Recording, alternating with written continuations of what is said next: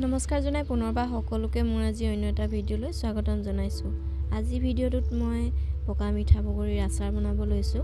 আধা পকিছিল আধা পকা নাই বগৰীখিনি, সেইবাবে পকাখিনি লৈ মই গুড় দি আচাৰ বনাম বুলি ভাবিছোঁ। বগৰীখিনি আগদিনা ধুই ৰ'দত শুকুৱাই লৈছিলোঁ, তাৰপৰা আজি এনেদৰে ফালি দিছোঁ। যিহেতু মছলা গোটেইবিলাক সোমাই যাব লাগিব, ভিতৰত গুড় খাব লাগিব বগৰীটোৰ লগত। বগৰীখিনি ফলা হৈ গৈছে।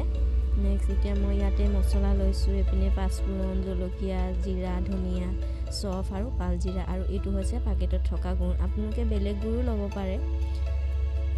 নেক্সট এখন কেৰাহী গৰম হ'বলৈ দিছিলোঁ। পাঁচফোৰণটো বাদ দি তাতে মই গোটেই মছলাখিনি আধা ৰঙচুৱা কৰি ভাজি ল'ম।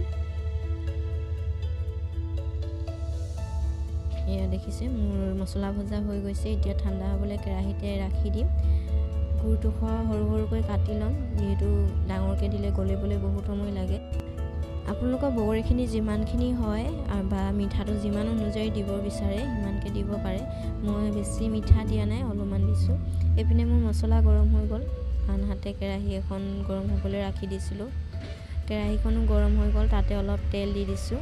তেলতে মই এতিয়া ভালকৈ পাঁচফোৰণখিনি ৰঙচুৱা পৰাকৈ ভাজি ল'ম।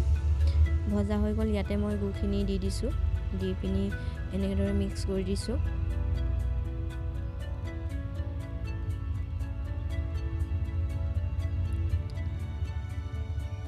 এতিয়া ইয়াতে নিমখ, হালধি পৰিমাণ অনুযায়ী দি দিছোঁ, কাৰণ সোৱাদটো বেলেগ হয়। নিমখ দি দিলে গুড়ত খাবলৈ বহুত টেষ্টি হয়। এয়া মোৰ গুড়টো গলা হৈ গ'ল। এতিয়া ইয়াতে পানী দিলোঁ, অলপমান পৰিমাণ অনুযায়ী দিছোঁ গুড়টো চাই, আৰু বগৰীখিনিও লগতে দি পিনি মিক্স কৰি দিছোঁ। আপোনালোকৰ ঘৰতে বনাই খাবচোন, খুব টেষ্টি হয় খাবলৈ, খুব ভাল লাগে ৰুটিৰ লগত, ভাতৰ লগত, বা মই সুদাকৈ খাই থাকোঁ। যিহেতু খুব মিঠা হয়, জ্বলা হয়, আৰু অলপ টেঙা টেষ্টটো আহে। এতিয়া গোটেইখিনি এনেদৰে লদা বান্ধি গ'ল, সেইবাবে মই ইয়াত কম পৰিমাণে পানী অলপ দি গোটেইখিনি মিক্স কৰি উতলিবলৈ 10 মিনিটমান ৰাখি দিম।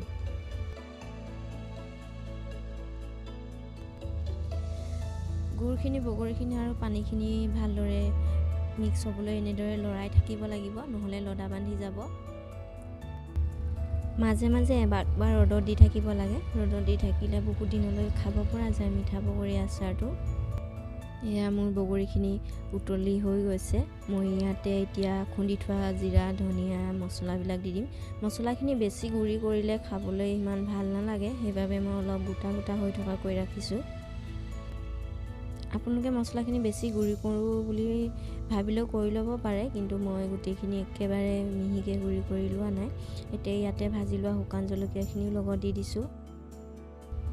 আপোনালোকে যদি জলকীয়াটো ভাজি লৈ এনেকৈ গুড়ি কৰি নিদিওঁ বুলি ভাবে, তেনেহ'লে শুকান জলকীয়া পেকেট দিব পাৰে, লাল মিৰ্চ পাউডাৰটো। এতিয়া মই গোটেইখিনি ভালদৰে মিক্স হৈ সিজিবৰ বাবে 10-5 মিনিটমান এনেদৰে গেছটো কমাই লৰাই থাকিম। দেখিছে কালাৰটো কিমান ধুনীয়া আহিছে, গোন্ধটো বহুত ভাল আহিছে। আপোনালোকে বনাই চালে নিজেই গম পাব। এয়া মোৰ বগৰীৰ মিঠা আচাৰ বনাই হৈ গ'ল। এতিয়া মই ঠাণ্ডা হ'বৰ বাবে ৰাখি দিম।